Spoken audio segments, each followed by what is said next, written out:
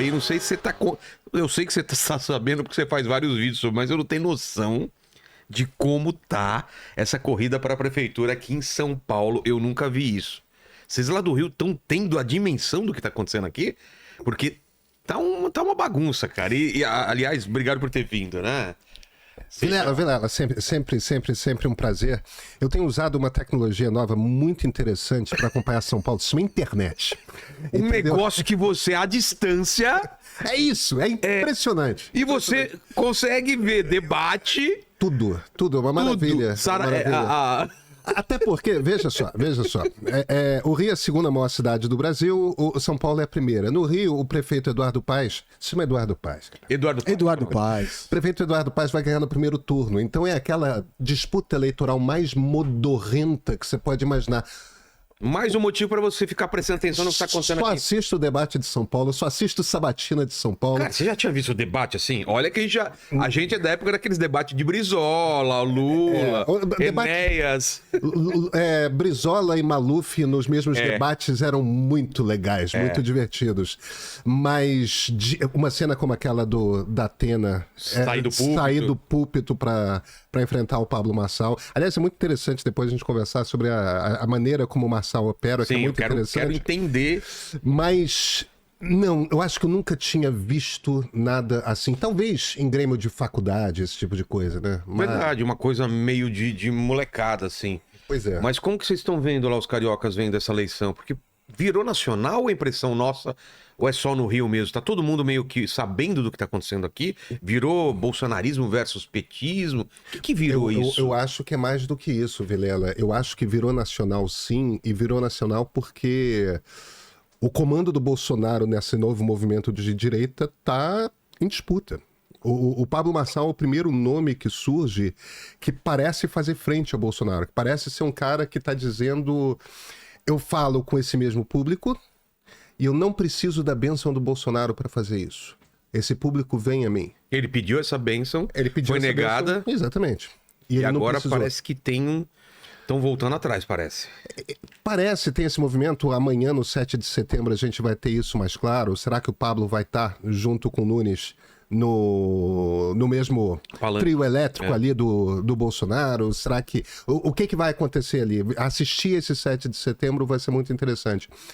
A família Bolsonaro tem um problema na mão. E o problema essencialmente é... Se eles agora se aproximam do Pablo e o Nunes vai para o segundo turno, eles se ferram. Total. Agora, se eles ficam com o Nunes e esnobam o Pablo vai para o segundo turno...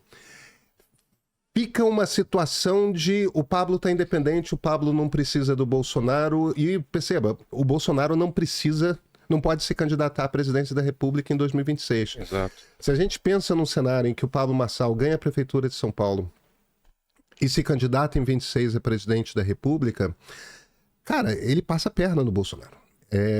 E o Bolsonaro deixa de ser a pessoa mais importante. E se você soma ainda o fato de que nas redes da direita tem uma insatisfação gigante com o Bolsonaro nesse momento, porque ele está pedindo para não ter cartaz de impeachment do ministro Alexandre de Moraes, esse tipo de coisa. Existe um momento em que o Bolsonaro está achando que é mais importante moderar, porque o Bolsonaro precisa do Supremo Tribunal Federal, né? Inclusive para não ser condenado à prisão. Então ele está tentando botar panos quentes na coisa. Só que ele movimenta uma galera que é uma galera por natureza radical. Então, eles querem botar fogo no circo, eles querem a acusação, eles querem o ataque. E o Pablo está oferecendo esse ataque. O Pablo finge fazer esse ataque mais do que o Bolsonaro. Ele dissimula esse ataque mais ao Bolsonaro. Porque se você for reparar... Diretamente fala de Alexandre de Moraes, o Pablo Marçal tanto que teve vira para... Teve o Paulo Figueiredo, né? Que falou que ele falou, não me faça pergunta sobre Xandão, né? Neto daquele presidente de quem nós lembramos, né? Exato, de Figueiredo. Mas a gente já começou direto no papo, desculpa fazer uma pausa agora. Se apresente o pessoal que não te conhece, Pedro Doria, aqui na tua câmera, dê suas credenciais pro pessoal. Fala, galera, meu nome é Pedro Doria, eu sou jornalista, sou escritor. Eu, desde o início da carreira, sou jornalista faz 30 anos esse ano. Desde o início da carreira eu trabalho com política, com tecnologia, sempre escrevi sobre os dois assuntos. Mais recentemente, ali por 2010, 2011, comecei a publicar livros de história, estou no quarto, estou escrevendo o quinto, de história do Brasil. E de alguma forma, isso de maneira alguma foi planejado, cobrir política e cobrir tecnologia virou a mesma coisa de 2016 para cá. Eu sou colunista do Jornal o Globo, sou comentarista da Rádio CBN e principalmente sou fundador do Meio. Você conhece o Meio? Eu conheço, acompanho diariamente e parabéns pelo trabalho de vocês, principalmente nessa cobertura da eleição de São Paulo. Até por isso que eu até te perguntei, porque eu falei, será que eles estão vindo direto para cá, estão acompanhando a distância mesmo? Porque aqui a temperatura tá diferente mesmo, principalmente porque eu sento frente a frente com os candidatos e a gente fica acompanhando realmente. Metade da equipe mora aqui em São Paulo, tá? A gente tem uma equipe... Você tem um estúdio aqui, alguma coisa? A gente está abrindo um estúdio aqui ao longo do próximo mês. Tá. Então... Está de estúdio, eu te... Não, já estamos com o espaço, já estamos fazendo obra. Tal, boa, quero saber depois. Oba. Porque é o seguinte, cara, eu assisto várias coisas, até porque eu sempre tento entender esse movimento agora, bolsonarismo versus Marçal, né? Que não sei nem se tem um nome já esse movimento. Gostei muito de um vídeo seu, depois eu quero falar sobre ele, sobre a fé da tua mulher e a tua não fé, mas a tua admiração pela fé dela. Fiquei muito tocado por aquilo, porque eu falei, cara, que legal. Ele não acredita em Deus, mas a fé da mulher dele é uma coisa que sensibiliza ele. Vamos falar sobre tudo isso. E tudo isso tem a ver um pouco também com o Marçal, né? O Marçal, ele mistura alguns elementos evangélicos, pentecostais. Eu lembro que no Roda Viva ele falava várias vezes de abençoar, e a Vera, por que você está usando esse termo e tal? E parece que faz parte do vocabulário dele muitas coisas do universo de coach, né? E também de igrejas pentecostais, né? Um jeito de falar diferente, um jeito que toca as pessoas nesse sentido. Você vê esse paralelo também? O Marçal, ele é confuso ideologicamente, e essa confusão é proposital. Ideologicamente? Porque o ponto contra-comunista. Eu acho que o que mais ele fala a palavra é comunismo, né? Sim, mas veja, ele trabalha com vocabulário que é o vocabulário usado pelo povo brasileiro. Tá. Entendeu? Ele usa um vocabulário que é muito, muito simples, mas ele usa meio que com técnica de pastor, sim. Entendeu? Mas percebe que um bom pedaço do povo brasileiro, principalmente nas grandes cidades, na periferia das grandes cidades... E ele tá ganhando muito, hein? Imediatamente, e grande. Para essa parcela da população, em geral, a voz mais sábia com a qual essas pessoas têm contato real, em geral, é um pastor. É a autoridade, né? Exatamente. É a autoridade moral e é a autoridade intelectual. Se você quer...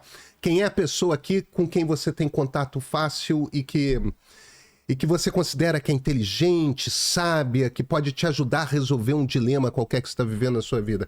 A maioria das pessoas vai responder que é o pastor. É o pastor da igreja. Porque líderes espirituais têm mesmo esse papel.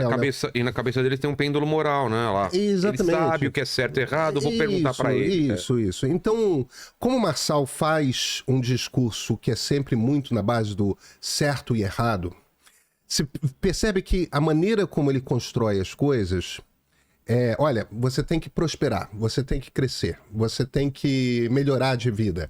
E as pessoas têm mesmo essa gana de... Eu estou disposto a ralar, estou disposto a trabalhar, eu quero melhorar de vida. Os pastores evangélicos, em geral, usam a teologia da prosperidade, que é justamente um tipo de discurso protestante que, no fim, está dizendo o seguinte... Se você está crescendo na vida em termos de grana, é porque você está abençoado por Deus, é porque você está fazendo tudo certo. Você está sendo premiado em vida pela sua conduta espiritual. Então, Marçal trabalha muito isso o tempo todo. E ele mistura isso com política. Mas ele faz umas misturas de Bolsonaro símbolos. fez isso? Cara, não desse jeito. Eu acho que não. Não desse jeito, não desse jeito. Não, nem o Marçal é mais... O Marçal é bastante mais inteligente, é bastante mais preparado e bastante mais organizado do que o Bolsonaro. E tem uma oratória bem melhor. Muito melhor, muito melhor. Mas o Bolsonaro falava coisas naquele jeito dele, grosseirão, que batiam nas pessoas como, nesse mundo aí politicamente correto, ele tá sendo sincero, ele tá falando as coisas que a gente pensa. Sincerão. Só que quando vem o Marçal passa as mesmas ideias, as mesmas teses, só que de uma maneira muito mais estruturada, né? Muito mais organizada. E trabalha símbolos de uma forma muito interessante. Você vê, em geral, nós jornalistas tentamos cercar ele com... Tá, tudo bem, mas e o problema do meio ambiente? Aí ele, planta mais árvore. Tem que encher o centro de São Paulo de árvore. Isso é uma coisa que se espera de um político de esquerda, não é uma coisa que você espera de um político de direita. Verdade. A coisa de ele sacar a carteira de trabalho contra o Boulos... Aquela cena, eu acho que foi crucial pro crescimento dele. Aquilo é um meme que, cara, o Boulos caiu numa armadilha. Porque o problema é o seguinte, na cabeça de uma pessoa de esquerda, o que a carteira de trabalho representa é a CLT. São as leis trabalhistas. Enquanto que pessoas de direita, em geral, estão dizendo, não... PJ, CLT encarece para o empregador, CLT dificulta a criação de emprego. Isso é o discurso da direita. Aí quando você usa a carteira de trabalho na maneira como o povo pensa em carteira de trabalho, que é trabalho. Ele não está pensando em lei trabalhista, ele não está pensando no imposto para o empresário, ele não está pensando na briga entre o patrão e o empregado, ele só olha para aquilo e fala, não, eu estou disposto a trabalhar. E o Pablo usa aquilo como um símbolo de trabalho.